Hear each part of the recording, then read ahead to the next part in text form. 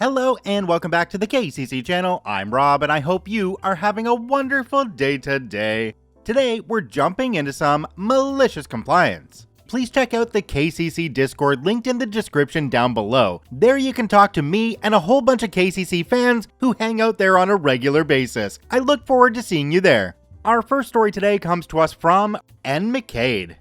The time the airline I worked for lost thousands because they didn't want to pay me $10.50. Let's jump right in. So, the year before COVID hit the US, I started working for one of the major airlines at my local airport as a baggage handler. I absolutely loved the job. I just enjoyed being around planes from the ground level. When I started, there were no full-time positions available, so I was working part-time, 6-hour nights, 5 times a week. The way it usually works is each gate has a lead, the person with extra training to do the load planning and scanning and towing the planes to the runway, as well as guiding them in, and a few baggage handlers. Now, I had only been there a few months, but I was working my butt off and showing that I was a team player. I decided I was going to try and become a lead even though they usually want you to work a year or so as a handler first. I was confident and ended up passing the training course with ease. The problem was, they had no availability for more leads, so I was put into what was basically an on-call lead kind of thing, where they could upgrade me for the day if they needed more leads. Now, whenever they upgrade you to lead, even if it's for a single flight, they have to pay you the extra $1.75 an hour leads get for your whole shift. Remember, I work 6-hour days, so $10.50 is the cost to make me a lead for my shift. Now, for a few months, everything was great. I was a part-time baggage handler, but I was working as a lead for my whole shift, every shift, and I was loving every second of it. Something about towing huge planes full of people to the runway was just awesome to me. Enter everyone's favorite virus, good old COVID-19. Within months, the airline industry is tanking pretty hard, as nobody wants to travel and get stuck somewhere. Supervisors are being told to cut costs everywhere they can, which makes sense given the circumstances. Cue up the night of my malicious compliance. It's maybe 11 p.m. and I'm on till 1 a.m. Supervisors have sent a large chunk of workers home, and those of us left are being sent all over the airport to cover the flights we do still have coming. I get a call from the office that assigns your flights, and am told to go grab a box and a walkie, the stuff needed to plug into the plane to talk to the flight deck. They tell me head to the gate, the flight's landing in 5, and to just put in my request for lead. When asked to be a lead, you put it in on the company app, and a supervisor approves your pay rise for the day.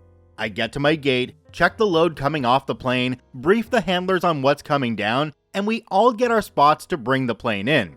I see the plane coming down the lane to my gate, and at the same time, my zone supervisor drives up to my gate and asks me to come over. He then tells me something along the lines of, "Hey man, we can't upgrade you to lead right now, we just can't swing the extra expense right now." I respond with, "Okay, so who's going to bring in this plane? Nobody else on the gate is lead trained, and supervisors are not allowed to do any of our work because of the union rules." He then tells me he's going to find another lead to bring it in, and to just assist him when he arrives. So I'm like, sure, whatever. Now, it's important to note that planes have very tight metrics for how long it can take to bring a flight in, unload, and reload for the next flight. The flight pulls up to the edge of my gate and comes to a stop, as there's no lead there guiding them in. So the flight just sits there waiting, and the entire gate crew are also just standing around waiting. 20 minutes go by, and my radio I still have on me goes off, and the office is pissed. They want to know why the hell I'm holding this flight short and not bringing it in. To which obviously I reply with, "What do you mean? Supervisor told me they couldn't afford to pay me for lead work today and that he would find someone else." He then asks me if I can please just bring it in for him, and I said, "Sorry, but if you're not willing to pay me to do the lead work, then I'm only going to do the handler work I'm being paid for." As it turns out, they sent too many leads home this night, and the ones they did have were all busy on flights already. After about 45 minutes, a lead from 2 terminals over finally strolls up, and we're able to unload the plane as usual. But that 45 minutes the plane sat idle at the gate cost thousands in extra fuel, plus overtime for flight attendants forced into mandatory overtime from the situation.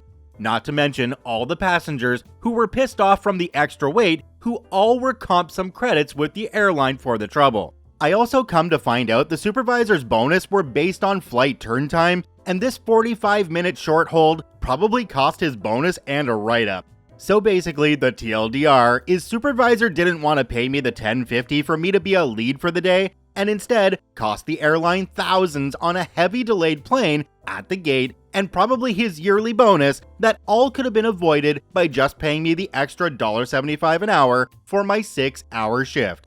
Sorry for any spelling and grammar errors, I'm not the best writer. Cheers! Good for you, OP, for standing your ground. I'm willing to bet your boss thought you were just gonna be a team player and do what needed to be done. But even for a small amount of money, it's the principle that counts.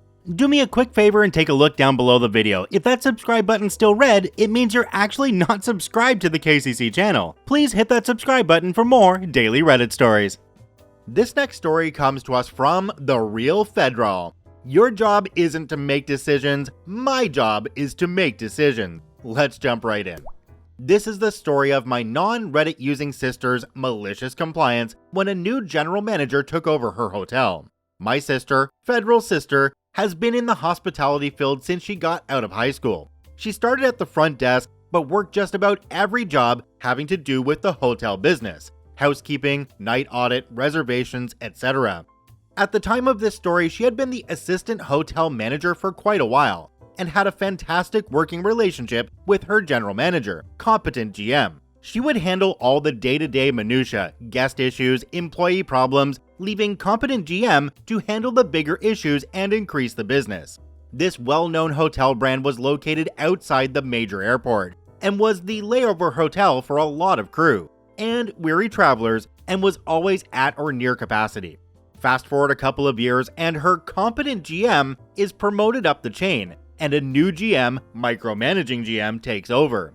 He decides to lay down the law that he doesn't care how things were done under the competent GM, he was in charge now, and his word was law. All the staff were taken aback as they had great customer feedback, and their occupancy numbers were always spectacular, and someone who was looking to disturb that was concerning. What was worse, micromanaging GM had just moved to the area and had yet to find an apartment and was staying at the hotel, ensuring that he was always lurking about, aggravating the staff in their daily tasks. My sister did everything she could to shield her people from micromanaging GM's antics, all the while handling the day-to-day of the hotel front desk. My sister was used to handling guest complaints and would regularly do whatever it took to keep angry guests happy, be it giving comps, moving rooms, whatever it took to keep people content. Once, after upgrading an irritated guest to a better room, micromanaging GM pulled her aside to chew her out for doing that without permission. My sister said that she had been instructed by competent GM to do whatever it took to keep the hotel running smoothly. He said, "Your job isn't to make decisions, my job is to make decisions. You don't do anything in the future without permission." My sister, being my sister, engaged nuclear malicious compliance. Yes, sir. You have a complaint about your room? Let me transfer your call to micromanaging GM. You need more towels? Please hold while I transfer you to micromanaging GM. We're overbooked and we need to find you another hotel room. Let me connect you to micromanaging GM. After watching her do this for a few days, the rest of the staff started doing this across all shifts. The man would be woken up at 2 a.m. to connect to an angry guest, so he was getting almost no sleep with fielding so many calls. He lasted about 6 weeks before he resigned. The hotel's previous GM had to be temporarily transferred back to hold things together until a new GM could be found. My sister was told by competent GM that micromanaging GM had a nervous breakdown, and competent GM was trying to figure out how it happened in a hotel that was running like a Swiss watch when she left. When new GM was finally sent to take over, one of the things competent GM said to her was, "Your success or failure here is going to hinge on how well you get along with federal sister." This truly is one of the only ways that you can deal with a micromanaging boss. Do exactly what they tell you to, when they tell you to, and don't do anything else. Always go to them when you have a question, send everybody else to them, and let them make all the decisions. Eventually, the stress will get to them. This next story comes to us from LexB777. Don't want my crew to eat well? Fine, I'll make you pay even more so they can eat like royalty the whole week. Let's jump right in. I own a small video production company. there is one simple rule to keep morale high on set: feed your people well. We had a fairly big project coming up. Instead of the usual 3 to 4 crew members, it was going to take 17 crew members. We submitted an itemized budget to our client for them to review. We usually allot $15 for breakfast, $20 for lunch, and $30 for dinner. I know that may seem high, but sometimes these shooting days can consistently run for 10 to 12 hours. It's incredibly important to keep people fed well to keep crew morale high throughout the shoot. Meals are short but planned events in the schedule, not unpaid breaks. And if all you have to look forward to is crappy sandwiches during a long and demanding shift, the collective efficiency begins to fall by day 2. I have worked on many sets like that, including ones with no meals, and it sucks. I never want to do that to any of my crew members. Good food is the least you can do. So we send the budget to the client, and hell breaks loose on a couple of levels. They decide they want something a little more for the set, but they also don't want to have to hire more crew or shoot for more days, as that would balloon the cost. It was still within the scope of what we could do, and it was an exciting project. The problem was that they wanted to help offset the potential cost of the extra art direction by reducing the rate for the crew and the meal costs. I've already offered the crew these positions for the day rates they requested, and I'm not budging on that. I don't want cheap, I want good. And if they want cheap but not good, then they can go somewhere else. Over an 8-day shoot, the total for $65 per person per day was almost $9,000 total. They wanted to reduce it to $4,000. Get the F out. You're talking bare minimum for that many people. I called the client and explained that it was very important to not take away from that part of the budget, but they won't budge. I don't even spend that much for food on vacation. Okay, well, this isn't a vacation, and you're not the one working a physically and mentally demanding 12-hour shift every day for over a week in a different city. Then I have a devious idea. The film industry has lots of jargon that doesn't always make sense at face value. Things like stinger means an extension cord, a C-47 is a clothespin, and a Texas apple box means a specially made wooden box laid down on its largest side. So I comply maliciously by saying, okay, as I have said, it's very important to keep the meal budget as it is, but I think I can get it down to $6,000 or so. They eventually agree to it. Thank you. Then, on a completely unrelated note, of course, I talk about the art direction. Now, unfortunately, it may still cost a little more than before, because with the new style, the art department is going to need the craft services budget increased from $3,000 to $6,500. I know it's not cheap, but they'll be able to make exactly what you're looking for. That kind of style is very high in demand, so those materials are pretty expensive to get. Also, the shipping for the extra craft services supplier are gonna cost a few hundred. Also, the extra construction for craft services will cost a few hundred. We chat about options, but they accepted. They are paying more, but they still saved money and got what they want. Here's the thing though, craft services has nothing to do with the art department. That's the snacks and drinks available on set throughout the day and the people who prepare them. The art department did need that budget increased because of the smaller meal budget. Just so happens that all the other departments did too. The style they were asking for was in high demand, but didn't actually cost that much more. Craft services ended up equipped with breakfast sandwiches, donuts, coffee, protein bars, fruit, and many other snacks for breakfast. Various forms of catering from local pizza, Italian, Mexican, and Americana restaurants for lunch that happened to appear at craft services for serving. Desserts, expensive charcuterie boards, deluxe trail mixes, veggie platters, and lots of sparkling waters, bottled Starbucks, lemonades, and about a dozen other kinds of drinks throughout the day in nearly unlimited supply. I can't list everything, but it was much more than we usually supplied, including full meals. I let the crew know the situation and that breakfast and lunch would be served at craft services with appropriate break times. Then I let them know that the limit for dinner each night would now be $50 and would be after we wrapped each day. Oh, hell yes. Some days, some people were tired and just wanted to go to sleep after the shoot. No problem, your meal budget rolls over indefinitely. By the time the shoot was finished, we had been to many of the nicer restaurants in the area.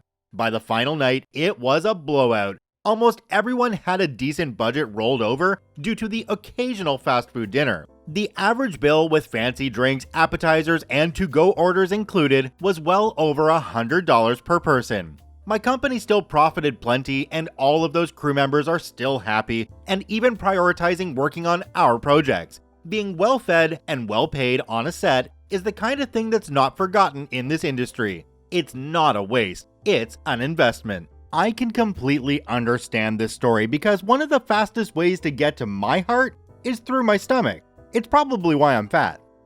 This next story comes to us from Killer Rabbit. Read the employee manual so you don't look lazy. Let's jump right in. I was working in a small hospital as a security guard to help pay my way through college. I'm a male with long hair, and my boss was a clean-cut, beefy ex-football player and hated that I was far more intelligent, pre-med, and could handle situations far better than he ever expected me to. I helped install a security camera system on every entrance and busy hallways to the hospital. Rather than eating meals by myself in the cafeteria, I would take my meals to the security office and watch the cameras since I could cover more ground and still eat in peace. I would do paperwork there and watch the cameras as well. He came to me one night hoping to catch me slacking. You know, you look lazy just sitting here, so please read the damn employee manual while you're sitting here. You might actually learn something. So one night, I get bored enough to pull down the employee manual and read it between my rounds.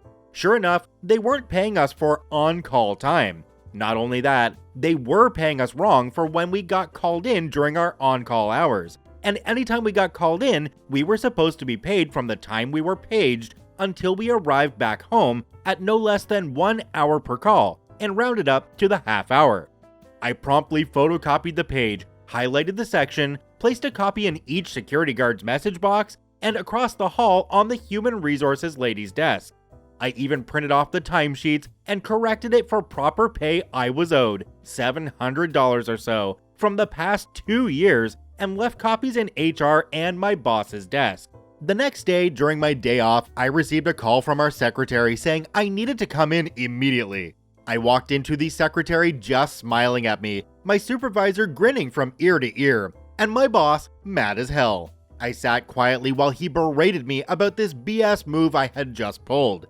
To which I replied, "If I recall, you told me to read the employee manual so I don't look lazy." So I did. At this point, he was threatening me and screaming so loudly he could be heard way down the hallway. He was threatening to fire me for insubordination and a list of other infractions. I simply stared at him and said, "I think we should talk to human resources," stood up and walked across the hall with him screaming at me the whole way as he stood up to follow me. I knocked on the open door. "Hey Rhonda, did you get my memo and corrected timesheet?" She simply smiled and said, "I sure did. I'll cut your check as soon as I can." I replied, "And did you catch Larry threatening to fire me for reading the employee manual like he told me to?" "I sure did, hun. And you don't need to worry about your job. You are safe here, and if you need to file a complaint, we heard everything." I turn around to find Larry fuming and red in the face. He turned around and walked out of the hospital to go cool off. Our secretary, my supervisor, and HR all just stood there and broke out laughing. I looked at our secretary and said, "Could you please log my hour for the time I had to come in for this? Best $700 check I ever cashed." So wait a minute, you mean this supervisor told somebody whose job it is to look at cameras to bury their nose in a manual instead? Do they not understand the point of watching security cameras and the point of being a security guard in the first place? In all honesty, wage theft is one of the biggest things out there, and there's not a lot of people that actually go to their management and go to their higher ups to get what they're actually owed. So if you're putting in extra time and you're not getting paid for it, stand up for yourselves, go talk to your HR, and get the money that you're owed. Check out all 4 OPs linked in the description down below. I thank you for watching. I hope you have a wonderful day, and we'll see you tomorrow.